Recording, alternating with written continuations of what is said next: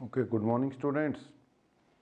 Beta, after doing some mathematical tools and that physical world topic जिसमें हमने dimensions वगैरह किए, उसके बाद हम फिजिक्स के सबसे मेन टॉपिक, बेटा फर्स्ट मेन टॉपिक मोशन, उस पे आ रहे हैं. ओके, तो अब काफ़ी दिन तक चलेगा, काफ़ी चीज़ें हैं इसमें करने के लिए. तो बेटा मोशन आपने 9th से पढ़ा होगा, 9th वाली चीज़ें अभी आएंगी. हम फर्स्ट डे बिल्कुल जीरो से स्टार्ट करेंगे. ये मान के चलेंगे कि आपने 9th में जो भी किया था, आपको कुछ नहीं आता तो छोटी से छोटी बात भी we will try to revise बेटा. Okay, so motion we are going to start. You all know what is motion, but फिर भी थोड़ा थोड़ा सा इसको डिस्कस करेंगे. वैसे बेटा आप जो मर्जी बुक उठाओगे +1 लेवल की, उसमें इस चैप्टर का नाम ना काइनेमेटिक्स लिखा होता है. तो थोड़ा सा हम ये भी डिस्कस करेंगे कि what is kinematics. Okay, kinematics को आगे दो पार्ट में बांटते हैं.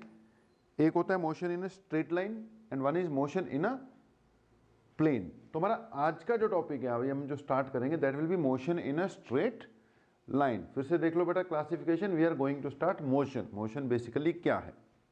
ओके, बहुत कुछ आएगा इसमें, लंबा चौड़ा चैप्टर है. But in your +1 books, main books जितनी भी मार्केट में अवेलेबल होंगी, उसमें इस चैप्टर को काइनेमेटिक्स लिखते हैं. तो पहले हम वर्ड काइनेमेटिक्स भी क्लियर करने की कोशिश करेंगे. ओके, फिर काइनेमेटिक्स के दो पार्ट होते हैं.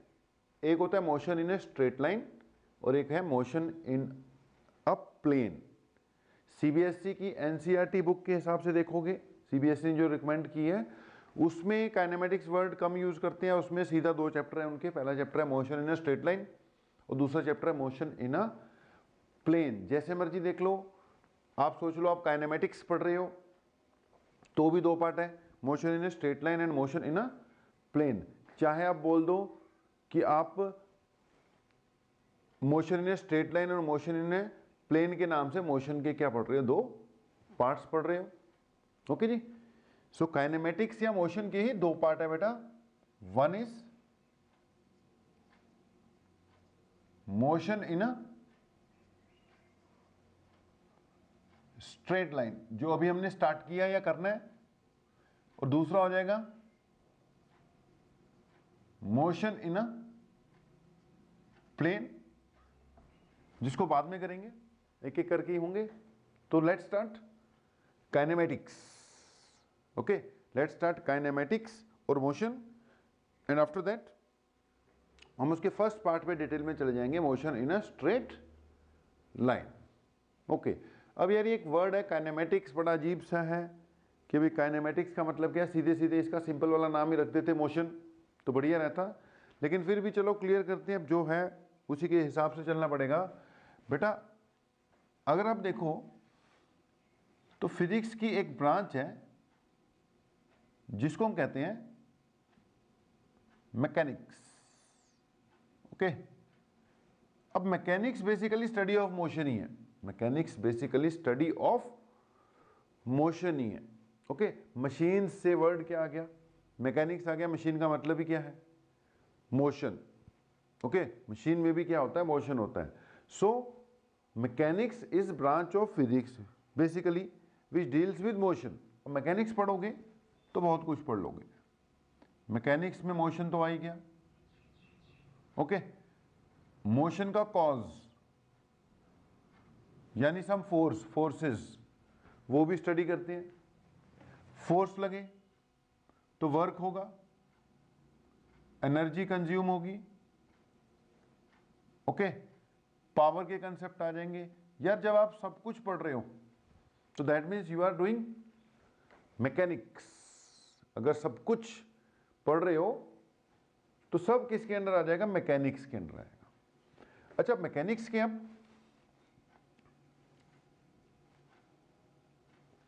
3 पार्ट्स कर दिए जाते हैं. एक जिसको हम कहते हैं स्टैटिक्स, दूसरा जिसको हम कह देते हैं काइनेमेटिक्स, जो हमारा आज का टॉपिक है, और तीसरा जिसको हम कहते हैं फिर डायनामिक्स. ओके, तो एक मैकेनिक्स हो गई जी. मैकेनिक्स के 3 पार्ट हो गए जी. Statics, kinematics and dynamics. बेटा statics as the name suggests objects will be at rest, basically objects will be at rest, तभी स्टैटिक वर्ड बोला है, स्टैटिक मतलब मूव नहीं कर रही है। अब रेस्ट पे तो इसका मतलब ये नहीं है कि उसमें फोर्सेस नहीं लग रहे, फोर्सेस लग रहे होंगे, फोर्सेस लग रहे होंगे, बट फोर्सेस एक दूसरे को बैलेंस कर रहे होंगे, ओवरऑल कोई मोशन नहीं हो रहा। तो ये सिचुएशन किस में चले गई, स्टैटिक्स में चलेगी, स्टैटिक्स में। ओके, एग्जांपल ले लो कि मान लो ये कोई बैलेंसिंग फलक्रम है, इसको फलक्रम बोलते हैं, ठीक है। अब यहां पे भी वेट रखा हुआ है, यहां पे भी कुछ वेट रखा हुआ है, और दोनों पार्ट ने एक दूसरे को बैलेंस कर रखा है, हिल नहीं रहा कुछ भी, ना ये मूव कर रहा है ना ये मूव कर रहा है। तो यार ये सिचुएशन किसके अंडर चली जाएगी, आपकी स्टैटिक्स के अंडर चली जाएगी, स्टैटिक्स के अंडर चली जाएगी सिचुएशन कि जी फोर्स तो लग रहा था, रिएक्शन भी लग गई, ये वेट लगा, ओके, यहां पे भी लग रहा था इसका वेट, रिएक्शन भी लग गई। अब ओवरऑल सिस्टम अभी भी रेस्ट पे है, ओवरऑल अभी भी सिस्टम मूव नहीं कर रहा है, इट इज स्टैटिक। तो ऐसी कुछ सिचुएशन किसके अंडर जाएंगी, स्टैटिक्स के अंडर जाएंगी। स्टैटिक्स की डीलिंग अभी हमने नहीं करनी है, ओके। फिर बेटा आ गया डायनेमिक्स। यार डायनेमिक्स इज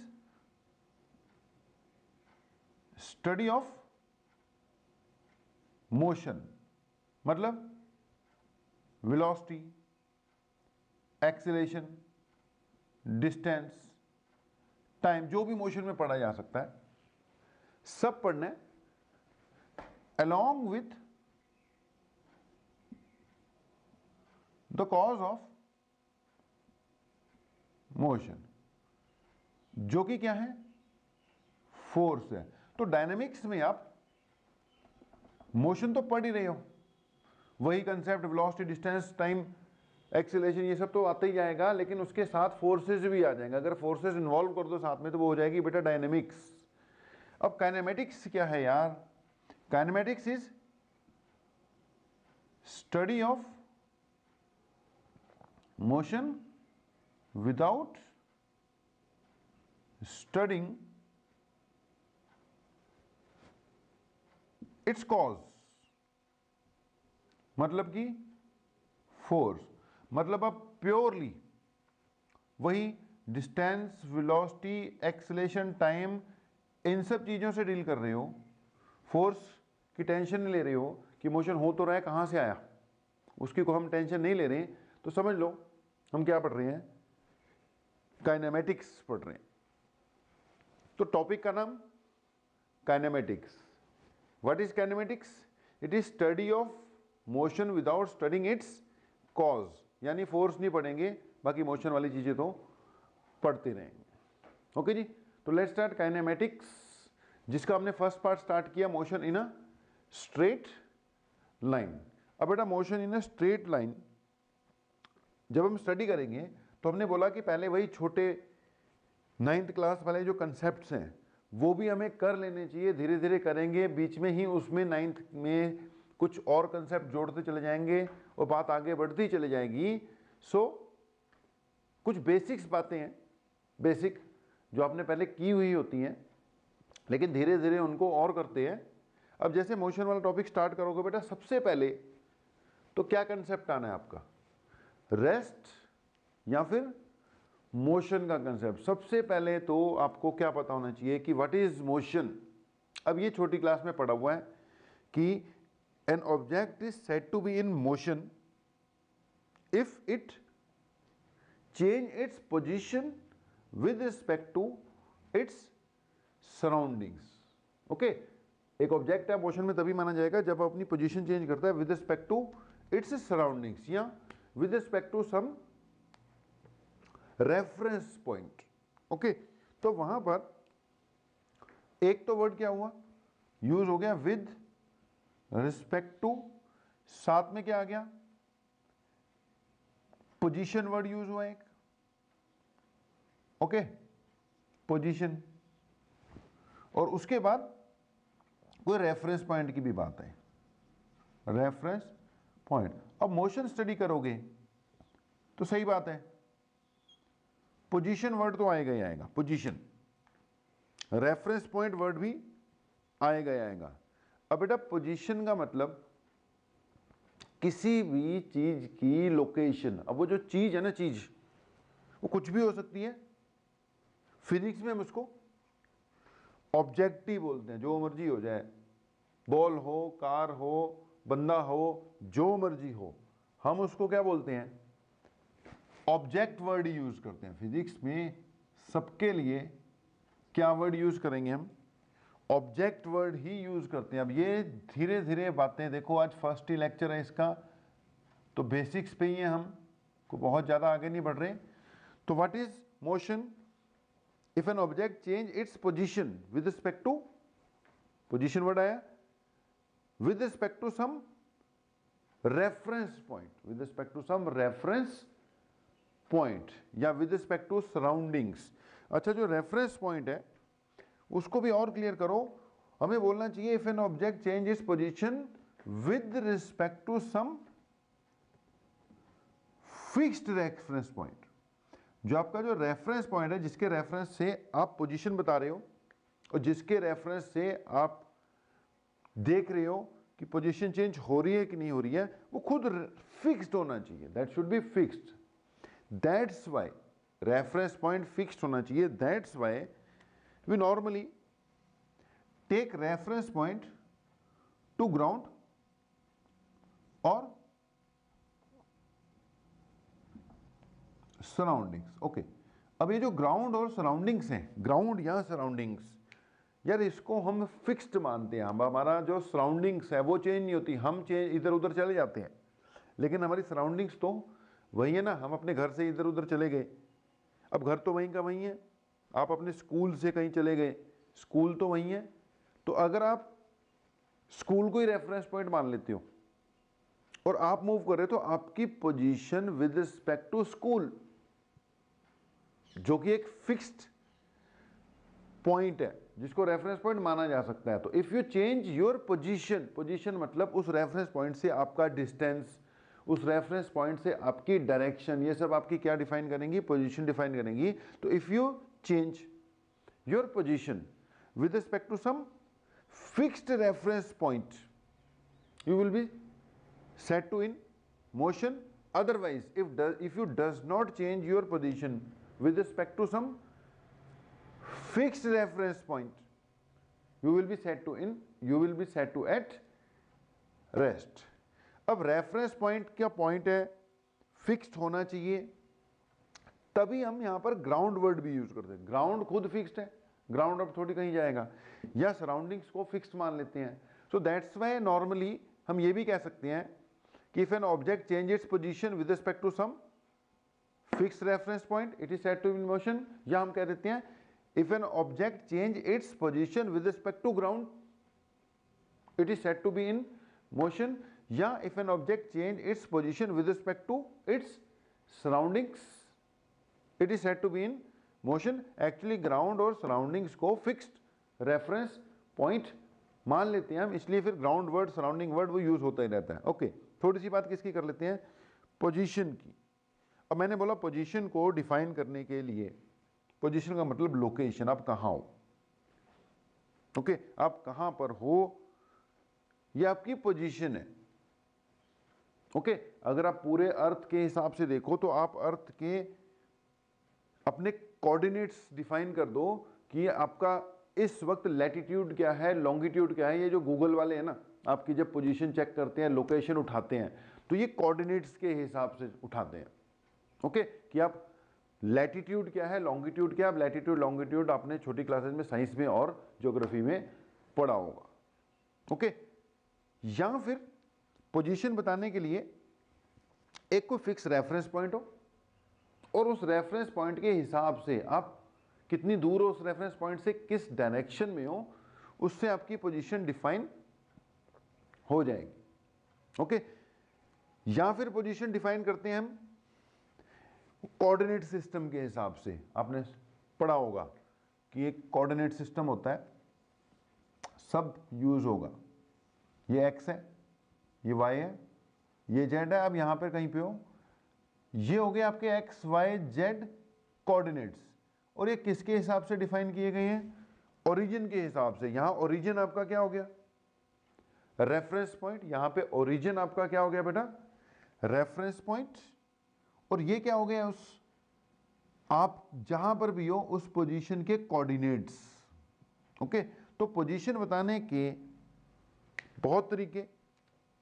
अगर आप वैसी डे टू डे लाइफ में हो तो आप अपनी पोजीशन किसी फिक्स रेफरेंस पॉइंट के हिसाब से बता दोगे। ओके, स्कूल है, स्कूल के हिसाब से बता दिया। ओके, आप अपने घर के हिसाब से बता सकते हो। अब किसी को मान लो आप कहीं पे खड़े हो, आपने अपनी लोकेशन बतानी है किसी को, तो आप बताओगे कि भी ऐसे ऐसे मैं यहाँ पर यार इस चौक पे खड़ा हूँ, चौक का नाम बताओगे। ओके, यहाँ जिस स्कूल में पढ़ते स्कूल के पास खड़े, स्कूल का वो स्कूल आपका रेफरेंस पॉइंट हो गया। कहीं पे भी बाजार में खड़े हो तो बाजार का नाम होगा कोई ना कोई। ओके, वहाँ घंटा घर होगा तो आप घंटा घर बताओगे तो घंटा घर तुम्हारा क्या हो गया? रेफरेंस पॉइंट हो गया। फिर आप बताओगे कि मैं उस घंटा घर से इतने डिस्टेंस पर इस जगह पर खड़ा हूं, तो आप पूरी एग्जैक्ट लोकेशन अगर बता दो तो अगला बंदा ढूंढता हुआ घंटा घर पहुंचेगा, वहां से आपने बोला था उससे लेफ्ट साइड पे यहां पर इतनी की दूरी पे हूं, आप मिल जाओगे। तो पोजीशन आपको बताने के लिए रेफरेंस पॉइंट तो बताना पड़ेगा कि मैं यहां पे खड़ा हूं। ओके, बाकी बात आती है जब हम डील करेंगे पूरी की पूरी स्टडी को, उसमें हम पोजीशन जो बताएंगे वो किसके हिसाब से बताते हैं? मेनली कोऑर्डिनेट्स, XYZ कोऑर्डिनेट्स के हिसाब से। ओके, बाकी वो गूगल वाले या जो इंटेलिजेंस वाले किसी भी चीज की या किसी भी जगह की पोजीशन बताते हैं तो वो उसके कोऑर्डिनेट्स बताते हैं। क्या बताते हैं? उसके कोऑर्डिनेट्स बताते हैं। अब कई बार आजकल ऐसी ऐसी मिसाइल्स हैं और मिसाइल्स फेंकनी होती हैं जब, तो जहां पे गिरानी है उसके कोऑर्डिनेट्स भर देते हैं, उसमें उसके कोऑर्डिनेट्स भर देते हैं, वो अपने आप वहीं पे जाकर वो फूटेगी। ओके, सो कई बातें हैं। अभी ज्यादा डील किस पे कर गए हम? Concept of position. ओके, अब पोजीशन और रेफरेंस पॉइंट अगर थोड़ा क्लियर हो जाए तो ये पहली लाइन जो है ना आपकी, रेस्ट एंड मोशन, ये वैसे ही क्लियर हो जाती है। ओके, रेस्ट और मोशन वाला पूरा कंसेप्ट क्लियर हो जाता है, इसमें कुछ नहीं है। सबसे पहली बात, definition of rest, an object is said to be at rest if it does not change its position with respect to some position भी आ गया, with respect to some fixed reference point. An object is said to be in motion if it change its position with respect to some reference point. अब अगली बात वहां पे लिखी हुई है कि both rest and motion are the relative terms. relative terms है दोनों। बेटा relative का मतलब मोशन और रेस्ट जब डिफाइन होगा ना, वो किसी की रिलेशन में डिफाइन होगा। जैसे यहां पे सबसे मेन रिलेशन क्या है? फिक्स्ड रेफरेंस पॉइंट के रिलेटिवली वो रेस्ट पे है या मोशन में। ओके, कई बार क्या होता है, ऑब्जेक्ट रेस्ट में है लेकिन वो रेस्ट में नहीं लगता, या ऑब्जेक्ट मोशन में है वो मोशन में नहीं लगता। अगर आप लोग ट्रेन में सफ़र किया हो कभी आप लोगों ने, तो ट्रेन में अगर आप जा रहे हो तो ट्रेन चल रही है, उसके अंदर के जितने भी ऑब्जेक्ट है actually they all are in motion. आप हो, आपके सामने वाली आंटी बैठी है, साथ में कोई अंकल बैठे हैं, आपके साथ में कोई आपके मम्मी पापा बैठे हैं, भाई बैठा है, बहन बैठा है, ये सब मोशन में है। Actually they all are in motion, क्योंकि एक्चुअल मोशन किसके हिसाब से बताना होता है? हमने फिक्स्ड रेफरेंस पॉइंट जो किसको मान रखा है आपने? एक्चुअली ग्राउंड को मान रखा है। तो train is moving with respect to ground, that means all the objects placed in, kept in that train are in motion. But जब हम लोग वहां पे अंदर बैठे हुए हैं तो हम ये फील करते हैं कि हम मोशन में नहीं है। एक्चुअली क्या है, वहां रेफरेंस पॉइंट हमने ट्रेन के अंदर के कंपार्टमेंट को क्या मान लिया हुआ है? रेफरेंस पॉइंट मान लिया हुआ है। अब ट्रेन का कंपार्टमेंट भी चल रहा है, आप भी चल रहे हो, विद रिस्पेक्ट टू ट्रेन का कंपार्टमेंट आपकी पोजीशन चेंज हो नहीं रही है, इसलिए आपको लगता है कि आप रेस्ट पे हो, अंदर वाले सारे ऑब्जेक्ट्स रेस्ट पे हैं। बट एक्चुअली किसके हिसाब से ऑब्जर्व करना होता है? ग्राउंड के हिसाब से। जो बंदा ग्राउंड पे खड़ा है और खुद रेस्ट पे है, वो जो ऑब्जर्व करेगा वो बिल्कुल एक्चुअल चीज ऑब्जर्व करेगा कि ऑब्जेक्ट रेस्ट पे है कि मोशन में है।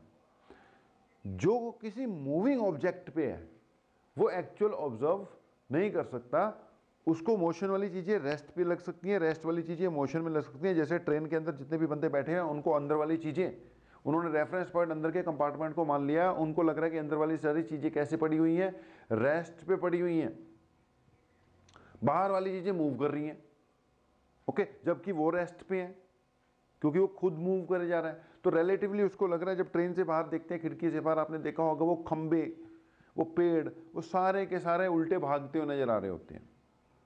अब आप उनको with respect to train compartment check कर रहे हो, ओके, आप उसके साथ साथ जा रहे हो ट्रेन के कंपार्टमेंट के साथ, आपको लग रहा है कि पूरा का पूरा सिस्टम रेस्ट पे है, और जो बाहर वाली चीज़ें हैं जो उल्टी जा रही हैं वो सारी की सारी किस में है, मोशन में है।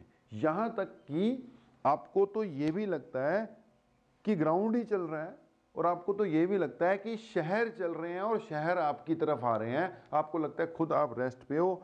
सोचो, आप हमेशा यही बोलते हो कि अगर यहाँ पटियाला से चलें दिल्ली की ओर, तो पटियाला से अगर आप अंबाला पहुँच गए तो आप ये नहीं कहते कि आप अंबाला पहुँच गए, आप कहते हो अंबाला आ गया।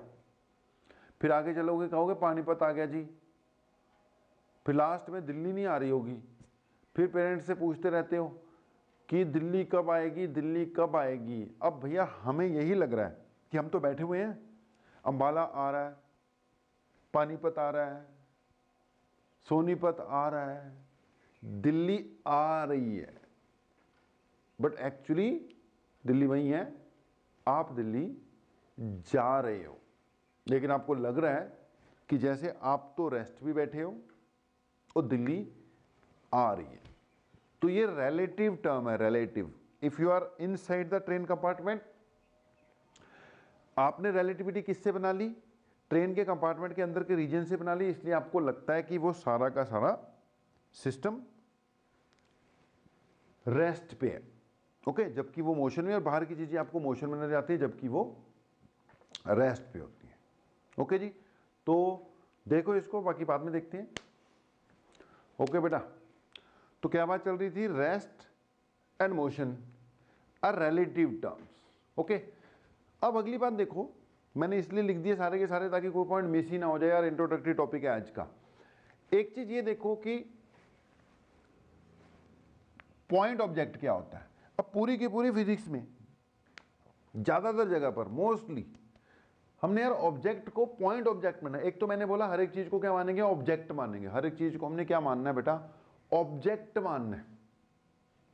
जो मर्जी हो, कार हो, स्कूटर हो, ट्रक हो, बंदा हो, गधा हो, घोड़ा हो, सबको क्या बोलते हैं हम, ऑब्जेक्ट ही बोलते हैं, ओके। अब अगली बात है, object should be a point object.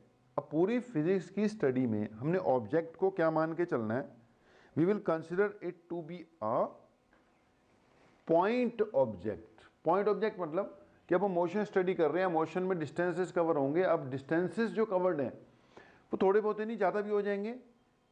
अब किलोमीटर डिस्टेंस कवर किया बेटा, 1 किलोमीटर के पीछे अगर कार है, कार की खुद की जो डायमेंशन है 1 किलोमीटर के आगे कुछ नहीं है, वो तो कुछ मीटर्स में है ना, ओके। 2-2.5 मीटर 3 मीटर की कार होगी। अब वो किलोमीटर हजारों मीटर के आगे कुछ भी नहीं है, इसलिए हमने ऑब्जेक्ट्स को तो क्या मानना है, पॉइंट ऑब्जेक्ट मानना है, पॉइंट। जब भी कोई क्वेश्चन आएगा, कुछ भी आएगा, हमने तो यही स्टार्ट करना होता है कि भी let a car starts from A. अब भैया कार हो, ट्रक का क्वेश्चन आ जाए तो भी तुम कहते हो truck starts from A, okay. तो इसलिए ऑब्जेक्ट को हमने पॉइंट ऑब्जेक्ट मानना है। हाँ, कभी कभी ना क्वेश्चन ट्रेन वाले आ जाते हैं। अगर ट्रेन वाले क्वेश्चन आ रहे हैं एक दो, तो वहां पे हमने ट्रेन को उस सिचुएशन में, अगर थोड़ा बहुत डिस्टेंस दिया हुआ है कि ट्रेन ने 1 किलोमीटर तय किया है, ओके, तो उसमें फिर वहां पॉइंट ऑब्जेक्ट नहीं मानेंगे। अदरवाइज ज्यादातर ऑब्जेक्ट्स को, वैसे तो ट्रेन भी पॉइंट ऑब्जेक्ट ही, अगर हजारों किलोमीटर तय करेगी तो उसको भी पॉइंट ऑब्जेक्ट मान लेना। लेकिन एक दो क्वेश्चन आते होते हैं ट्रेन पे जिसमें हम उसको पॉइंट ऑब्जेक्ट नहीं मानते, उसकी लेंथ दी होती है, लेंथ ले लेते हैं। अदरवाइज हमने ऑब्जेक्ट को पॉइंट ऑब्जेक्ट बेटा मानना है, ओके। तो मोशन, रेस्ट, बीच में पोजीशन का थोड़ा सा कंसेप्ट आया, रेफरेंस पॉइंट का कंसेप्ट आया। उसके बाद अगली बात आती है बेटा क्लासिफिकेशन ऑफ मोशन।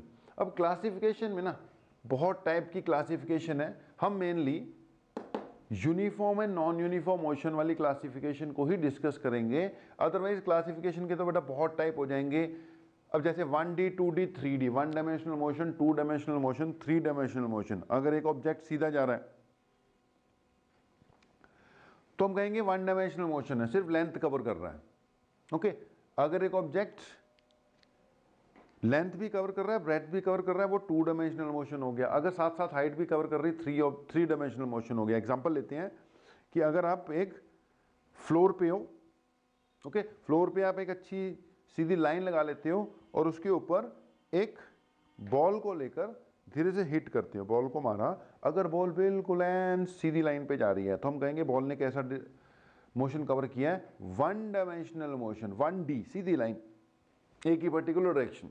ओके, अगर आप बॉल को थोड़ा जोर से मार देते हो, बॉल ग्राउंड पे जाती है, टकराती है, इधर चले जाती है, इधर चले जाती है, जमीन नहीं छोड़ती, ग्राउंड पर ही है, तो हम कहेंगे बॉल ने 2 डायमेंशनल मोशन कवर किया। बेटा वो हाइट नहीं कवर कर रही अभी, सिर्फ X axis, Y axis. Okay, X और वाई प्लेन में है, एक्स और वाई कवर हो रहे हैं, ये कौन सा हो जाएगा उसका 2 डायमेंशनल मोशन। और अगर कहीं हम बॉल को जोर से लात मार देते हैं और बॉल हवा में भी आ जाती है, ओके, वो सीधा भी जा रही है, एक्स भी कवर हो रहा है, साइड पे भी जाएगी, वाई भी कवर हो रहा है और बीच में जमीन भी छोड़ रही है, हाइट भी कवर हो रही है, वो कौन सा हो जाएगा आपका 3 dimensional motion. Okay, real life में आप लोगों का मोशन 3 डायमेंशनल ही होता है। आप घर से चलते हो, 2 डायमेंशन तो वैसे ही कवर हो रही हैं, ओके, इधर उधर उधर इधर, लेकिन अब पूरा का पूरा जो सड़कें हैं, रोड है, वो बिल्कुल एन प्लेन तो है नहीं, कहीं पे थोड़ी हाइट बढ़ जाती है, कहीं पे हाइट कम हो जाती है। अगर बिल्डिंग में घुस रहे हो तो आपको सीढ़ियाँ चढ़नी पड़ेंगी, ऊपर भी जाओगे सीढ़ियाँ उतरनी पड़ेंगी, नीचे भी आओगे, तो बेसिकली हमारा मोशन 3 डायमेंशनल मोशन होता है ज़्यादातर केसेस में। तो 1D 2D 3D, okay, 3D का एक एग्जांपल कि इस रूम में मच्छर है कोई, अब वो मच्छर ऐसे ऐसे ऐसे ऐसे ऊपर नीचे, मक्खी है कोई ऐसे इधर उधर जा रही है, उसका मोशन कैसा हो जाएगा बेटा 3 डायमेंशनल मोशन हो जाएगा। ज़्यादा इसमें हमने टाइम नहीं खराब किया। उसके अलावा और भी कई टाइप के मोशन है कि periodic motion, non periodic motion, है ना, periodic motion, non periodic motion, periodic मतलब which repeats itself after regular interval of time, तो वो अपने आप आपके नोट्स वोट्स होंगे आपके पास, उसमें से देखते लेना। फिर सर्कुलर मोशन कि ऑब्जेक्ट सर्कुलर मोशन में जा रहा है, रोटेशनल मोशन, कोई चीज़ रोटेट कर रही है, एक्सेट्रा एक्सेट्रा। ओके, ये सब होता रहेगा। अब एक बात है uniform and non uniform circular motion, यहाँ थोड़ा हम रुकेंगे और थोड़ा इसको डिटेल में देख लेंगे। Uniform and non uniform circular motion, बेटा आपने इतना तो 9th क्लास में पढ़ा होगा कि इफ एन ऑब्जेक्ट कवर्स, मतलब ये मैं लिखवा नहीं रहा इसकी कोई डेफिनेशन, अब हम पहले कवर अप कर दे सारे कंसेप्ट को, ये ना कहना कि छोटी मोटी चीज़ें कराए नहीं, सब करा देंगे हम, बस लिखाएंगे नहीं ज़्यादा। तो एक आ गया uniform and non uniform motion. Uniform आपको पता ही है, if an object covers equal distances in equal intervals of time, it is said to be in uniform motion. 9th class वाली बातें हैं। यूनिफॉर्म मोशन में स्पीड कांस्टेंट रहती है, rather I will say if an object covers equal distances in equal intervals of time in same direction, direction भी क्या रखनी होती है, सेम रखनी होती है, covers equal distances in equal intervals of time in same particular direction, it is said to be in uniform motion। uniform motion में speed क्या रहेगी, constant रहेगी, acceleration क्या रहेगी, जीरो रहेगी। ओके, एक्सेलरेशन स्पीड पता होगी, फिर भी थोड़ा थोड़ा अभी हम उसको डिस्कस करेंगे और वापस यूनिफॉर्म नॉन यूनिफॉर्म पे फिर से आ जाएंगे। नॉन यूनिफॉर्म मोशन क्या होगा, if an object covers unequal distances in equal intervals of time. Okay, अगर डायरेक्शन चेंज होगी तो भी नॉन यूनिफॉर्म हो जाएगा। नॉन यूनिफॉर्म में स्पीड भी चेंज हो सकती है और कभी कभी क्या होता है स्पीड चेंज नहीं होती, डायरेक्शन चेंज हो जाती है, तो हम कहेंगे इफ वेलोसिटी चेंजेस, वेलोसिटी में क्या है चेंज है, वो कौन सा हो गया आपका नॉन यूनिफॉर्म मोशन। अच्छा, यूनिफॉर्म नॉन यूनिफॉर्म हमने फिर से एक बार देखना ही। ओके, अब एक और बात जो छोटी क्लासेस में आपने पढ़ी होगी, पढ़ी हुई होनी चाहिए, यहाँ पे लिस्ट बनी हुई है, वो जानबूझ के मैंने बना दी ताकि कोई चीज़ मिस ना हो जाए यार, एक एक करके हम उसको थोड़ा सा डिस्कस तो कर ही लें। एक आपको क्लियर होना चाहिए बेटा concept of scalar quantities and vector quantities, है ना, scalar quantities and vector quantities. अब ये स्केलर क्वांटिटीज क्या है, सुना होगा कि द क्वांटिटीज, वेक्टर हमने पूरा डिटेल में पढ़ना है। देखो वेक्टर आपको कई दिन पढ़ाएंगे हम, 7-8 दिन लग जाएंगे वेक्टर पढ़ते पढ़ते, वो फुल डिटेल में है। ओके, अभी 9th वाले बात के हिसाब से scalar quantities are those quantities which has magnitude as well as, नहीं, vector quantities are those quantities which has magnitude as well as direction. और स्केलर कौन सी हुई, जिनके पास सिर्फ क्या होता है, मैग्नीट्यूड होता है, डायरेक्शन की कोई जरूरत नहीं होती। ओके, जिसमें डायरेक्शन वगैरह की कोई भी जरूरत नहीं होगी। तो एक होती है स्केलर क्वांटिटीज, एक क्या होगी आपकी वेक्टर क्वांटिटीज, है ना, स्केलर एंड वेक्टर क्वांटिटीज। जगह बना लेते हैं तब तक। अब स्केलर और वेक्टर देख लोगे तो फिर वही कंसेप्ट आएंगे, distance and displacement, speed and velocity. एक कंसेप्ट डिस्टेंस का आ जाएगा, एक डिस्प्लेसमेंट का आएगा। इनमें से आपको पता ही होगा, distance is a scalar quantity and displacement is a vector quantity. Distance की एक और भी डेफिनेशन है कि it is the overall length covered, और डिस्प्लेसमेंट के बारे में एक और बोलते हैं, it is the shortest distance between 2 points. But main बात यह है कि distance is a scalar quantity and displacement is a vector quantity. Okay, distance कभी भी नेगेटिव नहीं हो सकता, डिस्प्लेसमेंट आपकी नेगेटिव भी हो सकती है ना, डिस्प्लेसमेंट नेगेटिव भी हो सकती है। फिर जो डिस्टेंस है वो कभी भी डिस्प्लेसमेंट से कम नहीं हो सकता। अब आपको नोट्स मिलेंगे बेटा, नोट्स मिल जाएंगे, थोड़ा बहुत अपना नोट्स में से छोटी मोटी बातें आप पढ़ते रहना। ओके, फिर speed velocity, speed is equal to, अब वो क्या करना है तुम्हें एक बार बस बोल दूंगा। स्पीड बेटा डिस्टेंस पर यूनिट टाइम है, डिस्टेंस पर यूनिट टाइम, और वेलोसिटी क्या है, डिस्प्लेसमेंट पर unit time, displacement covered per unit time. फार्मूले आपको पता ही होंगे, है ना। एक चीज स्पीड और वेलोसिटी में जोड़ते हैं कि स्पीड को हम क्या कहते हैं, डिस्टेंस पर यूनिट टाइम, यानी speed is equal to distance की बजाय यहां पे मैंने x लिख दिया, यहां पे t लिख दिया, और आपको मैंने बताया था ये हो गई है इंस्टेंटेनियस स्पीड। जब डिफरेंशिएशन इंटीग्रेशन कराया था वहां पे इंस्टेंटेनियस स्पीड का कंसेप्ट थोड़ा हो गया, फिर बताएंगे। बता दिया आपको डिफरेंशिएशन इंटीग्रेशन समझाते वक्त कि अगर टाइम बहुत छोटा हो तो उसको dt लिख देते हैं, और उस दौरान फिर डिस्टेंस भी बहुत छोटा कवर हुआ होगा, इसको dt लिख देते हैं। तो अब से यार 11th क्लास के हिसाब से आपका स्पीड का फार्मूला है ना बेसिकली, वो क्या बनेगा, dx बाय dt। अच्छा ये बात हमारी अपनी हो गई है, वैसे तो ये शुरू से चल रहा है, एक बार फिर बताएंगे, लेकिन ये बात अपनी हो गई है कि इंस्टेंटेनियस स्पीड क्या होती है या इंस्टेंटेनियस वेलोसिटी क्या होती है। ये इंस्टेंटेनियस स्पीड का फार्मूला है dx बाय dt। ओके, तो speed equal to distance covered per unit time तो है ही। अगर distance covered per unit time बोल रहे हो तो उसका मतलब हो जाएगा total distance upon total time. यहां से आपको पहले भी बात हुई है, एवरेज स्पीड मिलेगी, और अगर आप dx बाई dt लिख रहे हो, a small instant of time dt और and the distance covered in that small instant of time dx, तो बेटा ये क्या होगी आपकी, इसको हम कहेंगे इंस्टेंटेनियस स्पीड। अच्छा इंस्टेंटेनियस स्पीड मैं रिपीट नहीं कर रहा, वो भी कल ही तो हुई है। तो इंस्टेंटेनियस स्पीड पता है आपको क्या है, the speed of the object at a particular instant of time, dx/dt। मैं यहां पे ये कहना चाहता हूं यार, इसको हम rate of change of distance भी बोलेंगे। क्या बोलेंगे हम इसको? Rate of change of distance भी बोलेंगे। ओके, ये स्पीड हो गई। समझ लो, जब भी किसी चीज के नीचे टाइम लग गया ना, टाइम, तो वहां पे वर्ड क्या यूज होगा? रेट वर्ड यूज होगा, रेट।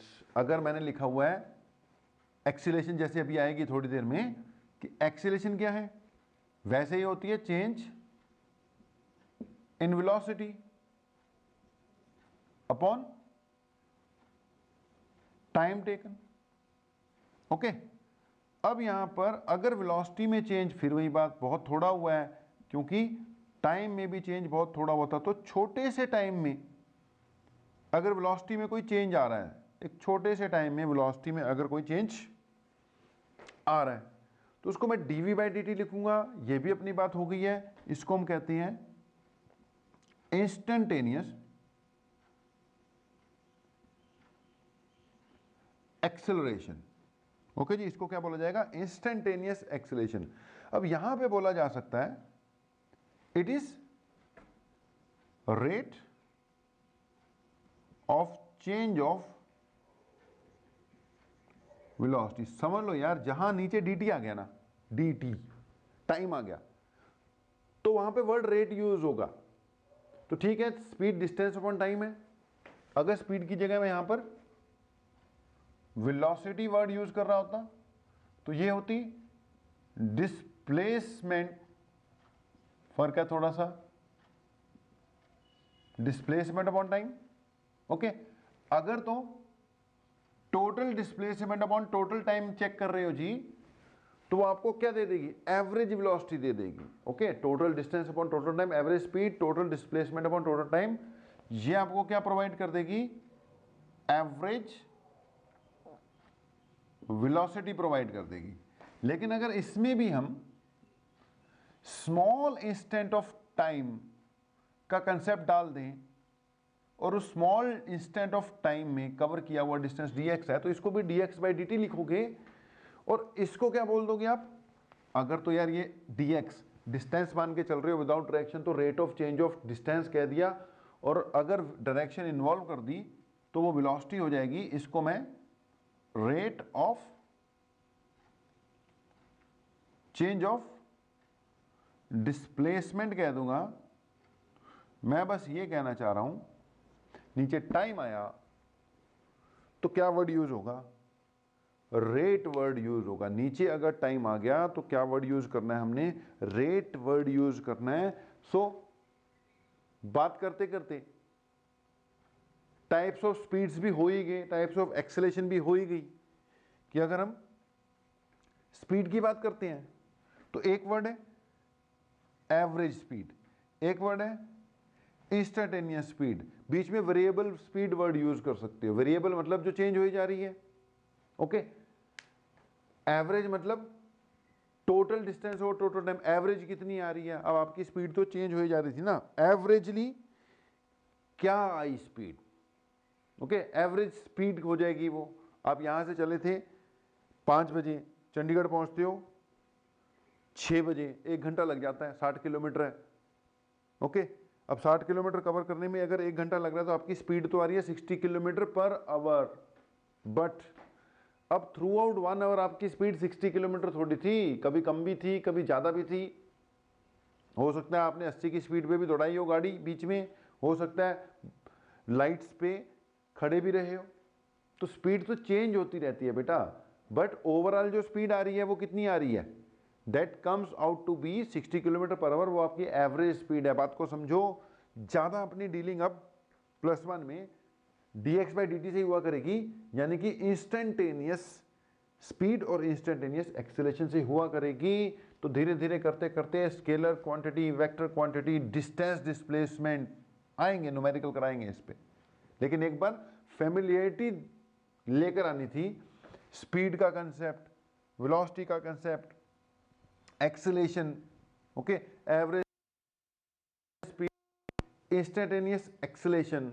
तो ये सारी बातें हमने धीरे धीरे करी, आपको भी धीरे धीरे करनी है और रिवाइज करनी है। We will take up speed and acceleration again, speed और एक्सेलेरेशन को हम फिर से टेकअप करने जा रहे हैं, लेकिन उससे पहले ना एक कंसेप्ट आ रहा है अब हमारा लास्ट वाला, slope of the graph. Okay, तो अगली चीज आपको कराते हैं। अब स्लोप का क्या मतलब होता है, अब सोचो रियल लाइफ से कि स्लोप का मीनिंग क्या है। स्लोप का मीनिंग आपने सुना होगा, एक ना ढलान के साथ भी अगर कहीं पे लिखा हो ढलान ढलान, वहां पर भी स्लोप वर्ड यूज किया जाता है ना, कि कितनी स्लोप है, कम स्लोप है कि ज़्यादा स्लोप है। जितनी स्लोप ज़्यादा होगी हम कहेंगे उतनी ढलान ज़्यादा है, और जितनी स्लोप कम होगी मतलब उतनी ही ढलान कम है। तो स्लोप का कंसेप्ट देखते हैं, फिर उसके बाद दोबारा किस पे चलते हैं, वेलोसिटी एंड एक्सेलरेशन पर। ठीक है, थोड़ा स्लोप का कंसेप्ट देख लेते हैं, उसके बाद वेलोसिटी एंड एक्सेलरेशन पे चलते हैं। ध्यान से सुनना, जरा मिटा दें जरा इसको पूरे को, मिट गया स्लोप। तो नेक्स्ट कंसेप्ट जो हम डिस्कस करने जा रहे हैं बेटा, दैट इज स्लोप। समझना 9th क्लास से 11th क्लास की ओर बढ़ते हुए, मान लो हम आपको एक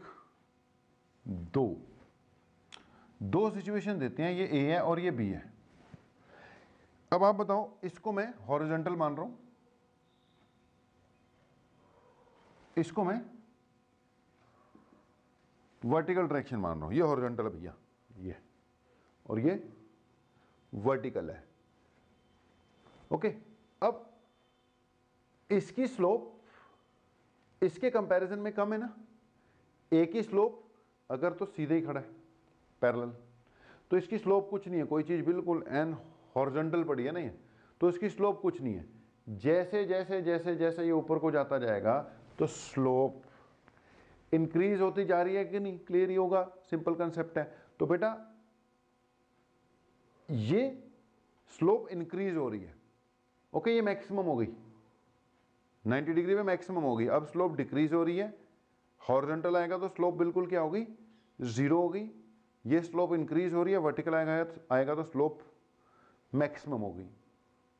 अब देख लो, ए और बी में से ज्यादा स्लोप किसकी है, बी की ज्यादा स्लोप है, ए की कम स्लोप है।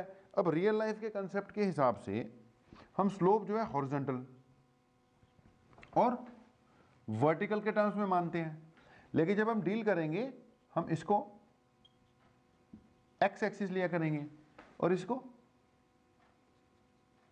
वाई एक्सिस लिया करेंगे, तो भी यही कहेंगे ए की स्लोप कम है, बी की स्लोप क्या है, ज्यादा है। अगर हमने ये सी केस ले लिया तो इसकी स्लोप मैक्सिमम हो गई, 90 वाले डिग्री पे केस पे हमने बोला कि मैक्सिमम होगी।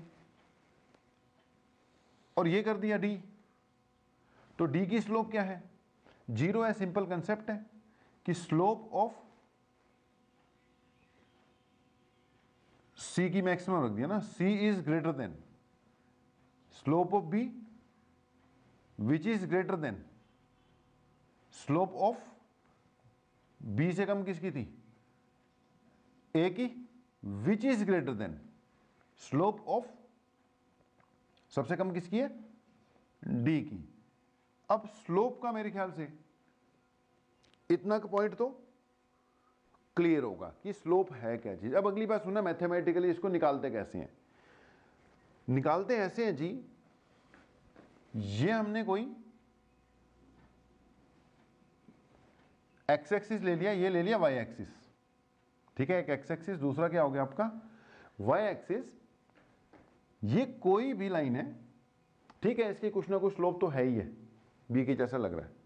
अब इसकी स्लोप बेटा ठीक है, कम ज्यादा तो ठीक है, हम बता ही देंगे, बट अगली बात है how to calculate slope. Calculate कैसे करना है इसको, तो कैलकुलेट करने के लिए क्या करते हैं, हम इसके ऊपर 2 पॉइंट ले लेते हैं कोई ना कोई। हमने 2 पॉइंट ले लिए, ये एक्स एक्सिस है, इसको x1 माना, इसको x2 माना, मैथ्स का कंसेप्ट है भाई।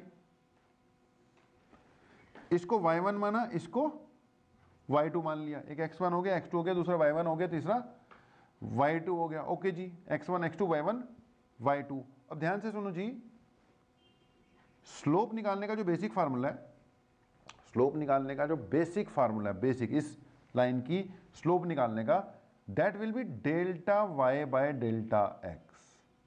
मतलब y एक्सिस में जो चेंज आया है a से b जाते हुए, इसको a मान लो, इसको b मान लो।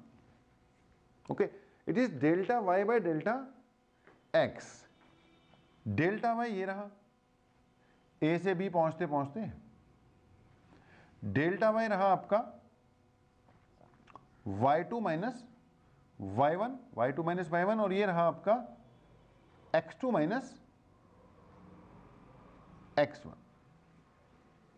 ओके जी, बस ये स्लोप का बेसिक फार्मूला यार है, याद रखना तुमने। पॉइंट लो लाइन के ऊपर, y2 minus y1 upon x2 minus x1 कर दो। अब डील करेंगे तो अपने आप आता जाएगा ये। ओके, अब अगली बात, ये डेल्टा y है और ये चीज डेल्टा x है। अब इस छोटे ट्रायंगल में ऊपर चेक कर सकते हो, ये डेल्टा y हो गया, सॉरी डेल्टा x हो गया, ये डेल्टा y, ये इसी के इक्वल है ना, डेल्टा y इसके इक्वल डेल्टा x हो गया। अब अगर इसको मानते हो थीटा, तो करस्पॉन्डिंग एंगल से हिसाब से ये भी हो जाएगा थीटा। अब यहां पर चेक करते हो तो delta y by delta x यानी परपेंडिकुलर बाय बेस क्या होता है, tan थीटा। अब इसको देखते हो तो delta y by delta x check कर सकते हो, क्या हो जाएगा, it will be equal to tan of theta. अब delta y by delta x तो स्लोप है, ऊपर से tan थीटा भी है, मतलब क्या निकला कि स्लोप निकालने का एक और तरीका है tan थीटा। अगर एंगल दिया हो तो tan थीटा कर दो, अगर ये पॉइंट्स दे रखे हो तो कोई 2 पॉइंट्स लेके y2 minus y1 over x2 minus x1 कर दो। तो ये बेटा किसी भी लाइन की स्लोप निकालने का तरीका हो गया। ओके जी, अच्छा स्लोप पॉजिटिव भी हो सकती है, स्लोप नेगेटिव भी हो सकती है। इस वक्त जब आप ए से बी जाते हो तो आपका डेल्टा y भी पॉजिटिव है। देखो y2 माइनस y1, y2 बड़ा है y1 छोटा है, x2 माइनस x1, x2 बड़ा है x1 छोटा है, ऊपर भी पॉजिटिव नीचे पॉजिटिव, आंसर आएगा पॉजिटिव। ओके, ऊपर से आप एंगल देख रहे हो, एंगल 90 डिग्री से क्या है, कम है, फर्स्ट क्वाड्रेंट है, फर्स्ट क्वाड्रेंट में साइन tan क्या वैल्यू देता है आपकी, पॉजिटिव वैल्यू देता है, तो पॉजिटिव रहेगी, स्लोप क्या रहेगी आपकी, पॉजिटिव रहेगी। ओके जी, तो ये भी हो गया पॉइंट। मैंने बोला था स्लोप नेगेटिव भी हो सकती है। अब अगर ये ग्राफ कुछ ऐसे हो जाए, y हो गया या x हो गया, ये ग्राफ बेटा अगर ऐसे होता तो स्लोप तो इसकी भी है। ओके, ये भी ढलान पे आ रही है कि नहीं, तो स्लोप तो इसकी भी आएगी, इसके ऊपर पॉइंट लो, ले लिए। ओके, ये देख पहला पॉइंट है, ये दूसरा पॉइंट है, इसको मान ले x1, इसको मान ले x2। ओके, और आप ऐसे आ रहे हो ना, ये x1 x2 है और ये क्या है तुम्हारा y1 और ये y2। अगर इधर को जा रहे हो इसको y1 मानोगे क्योंकि y कोऑर्डिनेट तो इधर को चेंज हो रहा है, x इधर को चेंज हो रहा है, y1 हो गया, y2 हो गया। ओके, स्लोप निकाल लो, क्या निकलेगी स्लोप, फिर वही y2 minus y1 over x2 minus x1 delta y upon delta x, y axis ऊपर लेना है, क्या आएगी y2 minus y1 over x2 minus x1। ध्यान देना, अब y2 minus y1 upon x2 minus x1। अब बेटा आप आ रहे हो, पहला पॉइंट आपका ये था,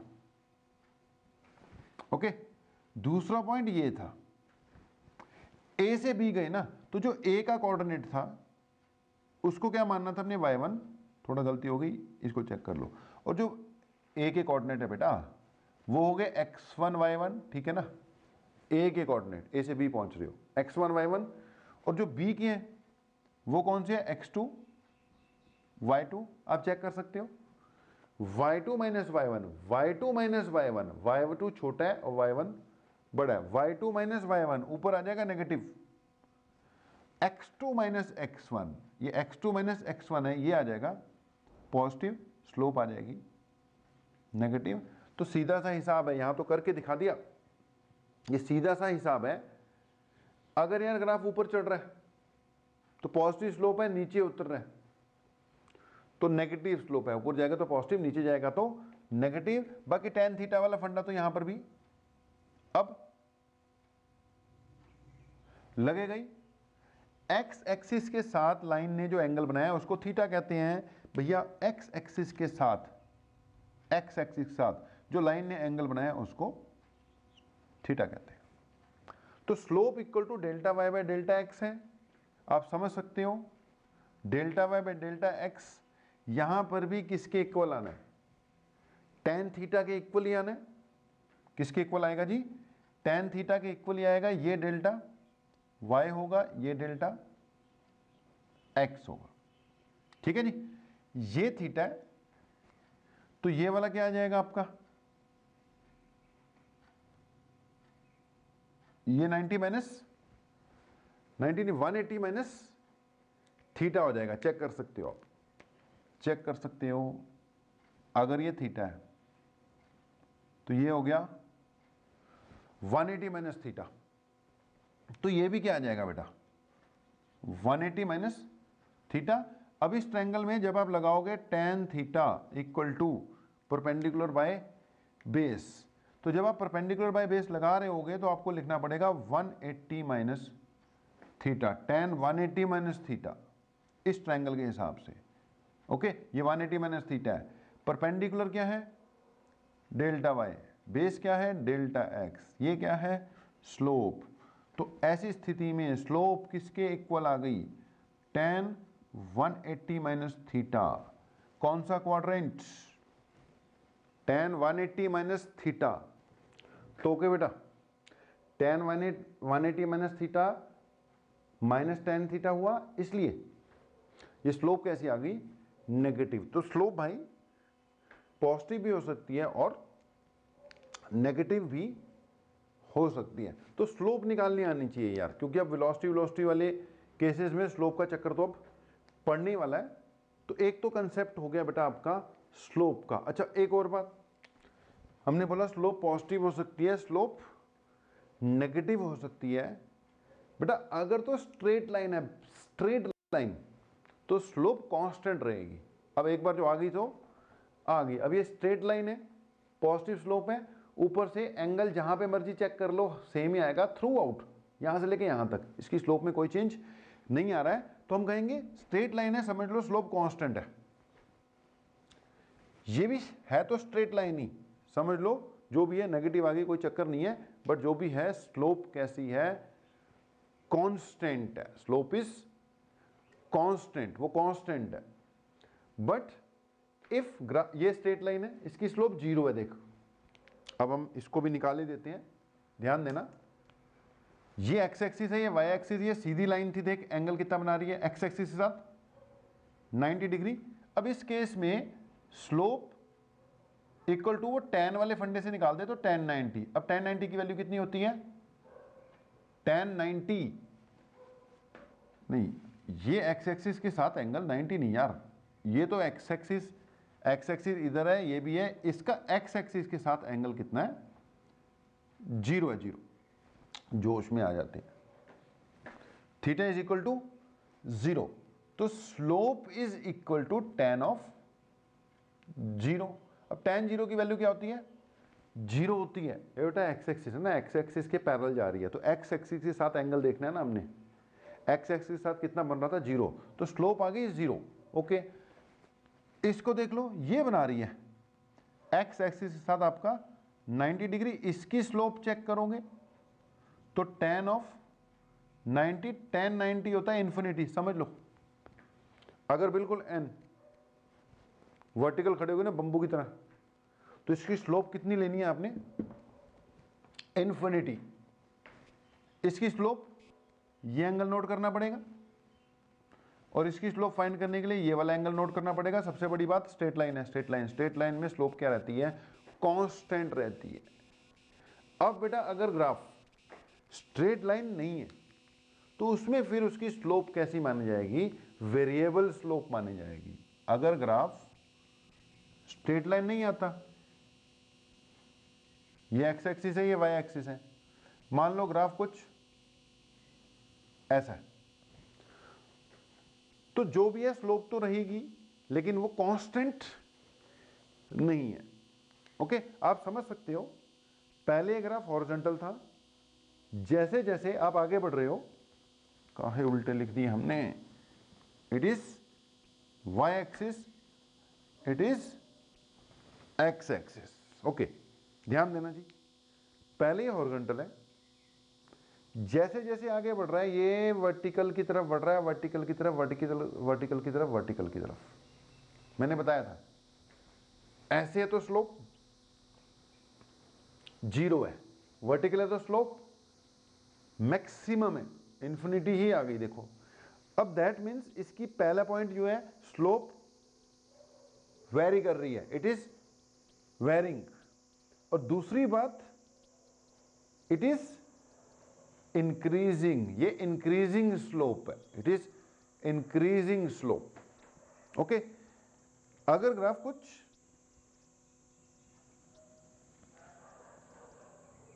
ये वाई एक्सिस, ये एक्स एक्सिस,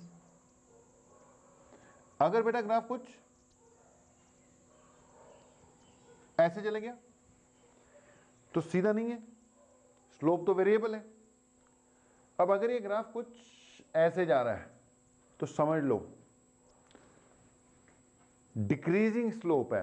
पहले वर्टिकल था, देख रहा, पहले ऊपर था, जैसे जैसे जैसे जैसे जैसे जैसे बढ़ रहे हैं हॉरिजॉन्टल की ओर चल रहा है तो इट इज डिक्रीजिंग स्लोप। तो दो पॉइंट है, एक तो वेरिएबल है, स्ट्रेट लाइन नहीं है तो वेरिएबल है। स्ट्रेट लाइन होगी तो हर जगह स्लोप, यहां से लेके यहां तक स्लोप क्या है, सेम ही। निकालते कैसे, बता दिया, y2 minus y1 upon x2 minus x1 या सीधा tan थीटा कर कर। ओके, ये क्या है, वेरिएबल स्लोप। और कैसी वाली है ये, कि भाई ये इंक्रीजिंग स्लोप है। Okay, increasing slope. Okay, and it is decreasing slope. एक इंक्रीजिंग स्लोप थी, ये कैसी होगी आपकी, डिक्रीजिंग स्लोप है। तो स्लोप वाला कंसेप्ट भी बहुत इंपॉर्टेंट है, नोट करो, बाकी फिर बाद में देखते हैं। ओके बेटा, तो बात क्या चल रही थी स्लोप की। अब स्लोप के कंसेप्ट हमने पढ़े, अब स्लोप के कंसेप्ट को किसके साथ रिलेट करना है यार, वेलोसिटी और एक्सेलरेशन के साथ। हमें पता है वेलोसिटी, अच्छा इस चैप्टर में, अब इस चैप्टर में क्या, अब के बाद 11वीं में यार वेलोसिटी मतलब अब इंस्टेंटेनियस वेलोसिटी की ही बात करेंगे। ओके, अब इंस्टेंटेनियस वेलोसिटी तो क्लियर ही है, इसको हम कैसे लिखते हैं, dx ओवर dt। ठीक है, इंस्टेंटेनियस वेलोसिटी को हम लिखते हैं dx डिवाइडेड बाय dt, पता ही है। अब मान लो हमने ग्राफ बनाया वेलोसिटी वर्सेस टाइम, ये v हो गया, ये क्या हो गया, t हो गया, और ऐसा आ गया कुछ ग्राफ, स्ट्रेट लाइन आ गया। वेलोसिटी नहीं, पहले डिस्प्लेसमेंट वर्सेस टाइम ग्राफ बनाया, डिस्टेंस है, डिस्टेंस वर्सेस टाइम। ओके जी, ये जैसा भी आ गया। अब यार आ गया तो इसकी कुछ ना कुछ स्लोप होगी, अभी हम डिस्कस कर रहे थे, स्ट्रेट लाइन आ गया तो इसकी कुछ ना कुछ स्लोप तो होगी होगी। ओके, होगी। हमने क्या किया, इसको t1 लिखा, इसको t2 लिखा, और ये करस्पॉन्डिंगली x1 आ जाएगा, x2 आ जाएगा। बेटा x एक्सिस पे अब ये x नहीं है, y एक्सिस पे ये डिस्प्लेसमेंट है। ओके, डिस्टेंस है, अगर डिस्टेंस है तो वेलोसिटी स्पीड बोल देंगे, डिस्प्लेसमेंट है तो वेलोसिटी बोल देंगे, वन एंड सेम थिंग है, डायरेक्शन का ही फर्क होता है। ओके, इसको हमने बोला डेल्टा x, इसको हमने बोल दिया डेल्टा t। ओके, ये एंगल भी चलो मान लेते हैं, ये एंगल है थीटा, सब तो बताया अभी, उसके साथ रिलेट कर दो, ये एंगल थीटा। अगली बात, एक थीटा हो गया, ये डेल्टा t है, ये डेल्टा x है, बेटा इसकी अगर मैं स्लोप निकालूं तो क्या था, जो y एक्सिस पे है, पिछली बार y2 माइनस y1 था, लेकिन इस बार x है ना, डिस्प्लेसमेंट, ये x2 minus x1 over t2 minus t1 लिखेंगे। अब x2 माइनस x1 किसके इक्वल है, डेल्टा x के, और ये डेल्टा t के। समझ सकते हो बेटा, अगर स्मॉल चेंजेस है, मैंने बोलता अगर चेंज हो तो डेल्टा लिखते हैं, सारे वीडियोस पुराने चेक करो, डेल्टा लिखते हैं, और अगर वेरी स्मॉल चेंज हो उसको dx लिख देते हैं। तो बेटा यहाँ पे वेरी स्मॉल चेंज ही है, लेकिन मैंने यहाँ पे बना थोड़ा बड़ा दिया, नहीं तो फिगर बहुत छोटी हो जाती। तो it will B dx divided by dt। Okay, dx divided by dt।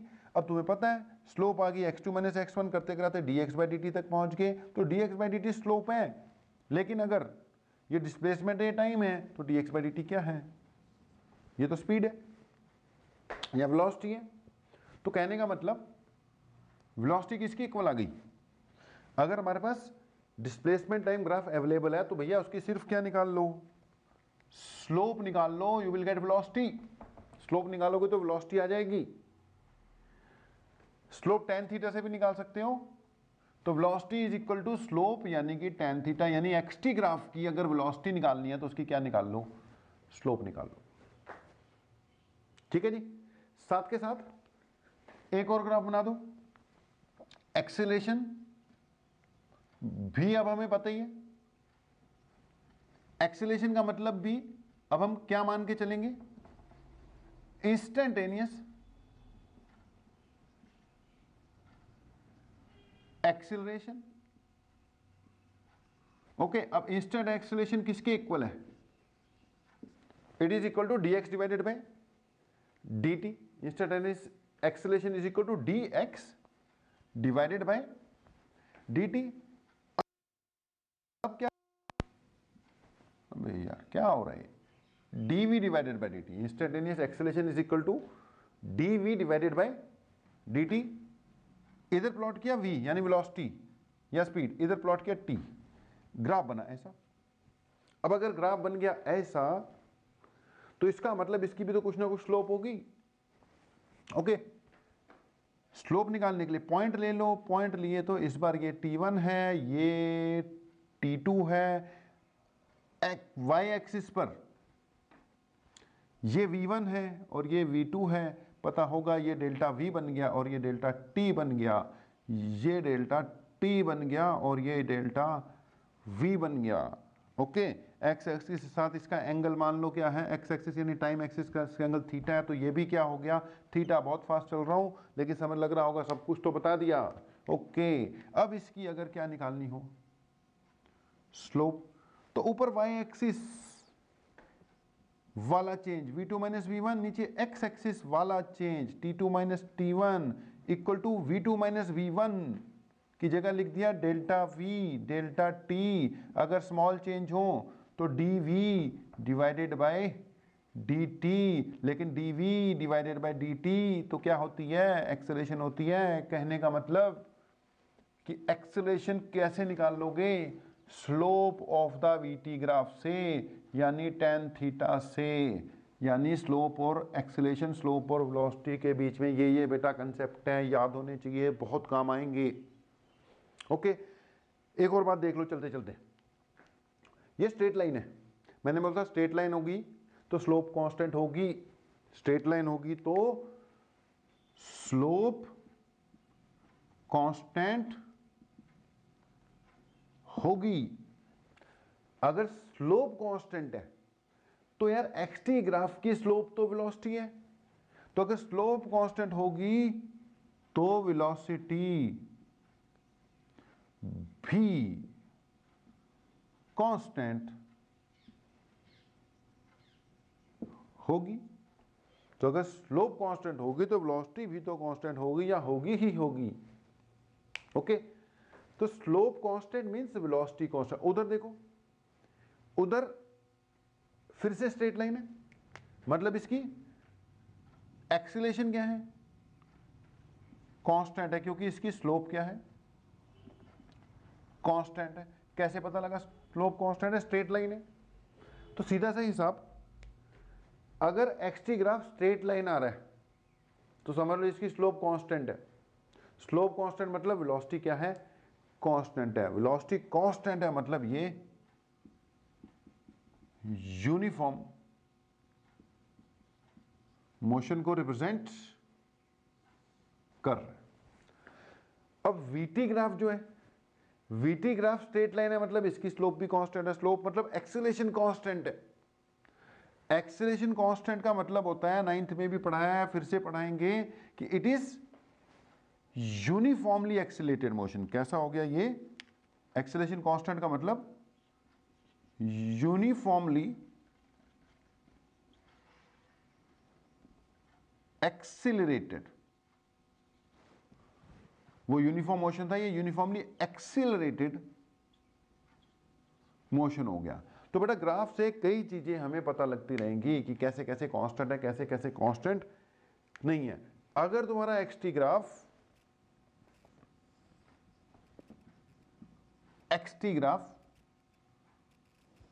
ऐसे आ जाए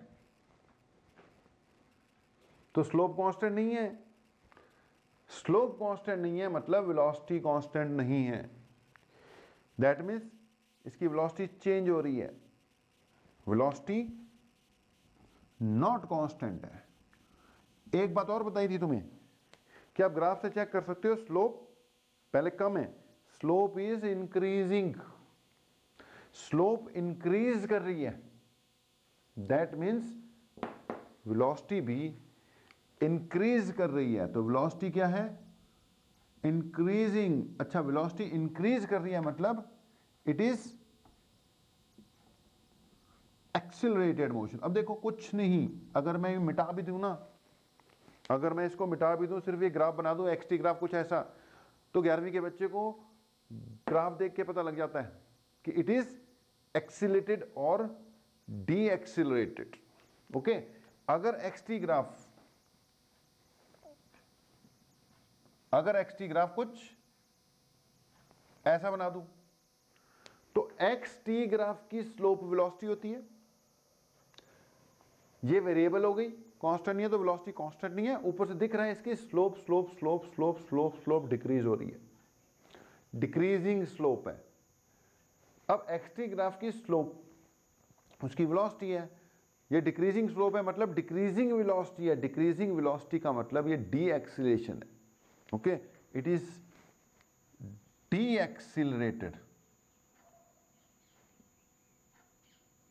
मोशन। कैसा है जी ये डी एक्सिलरेटेड मोशन है। ओके, ऐसी वीटी बना लो, उसमें क्या है, अगर हमने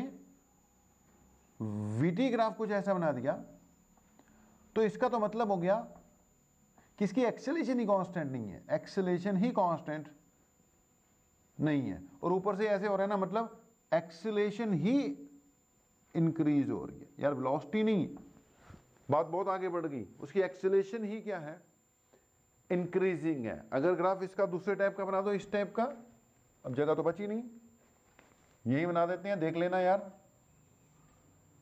ये ए V वर्सेस T। अगर इसका ग्राफ कुछ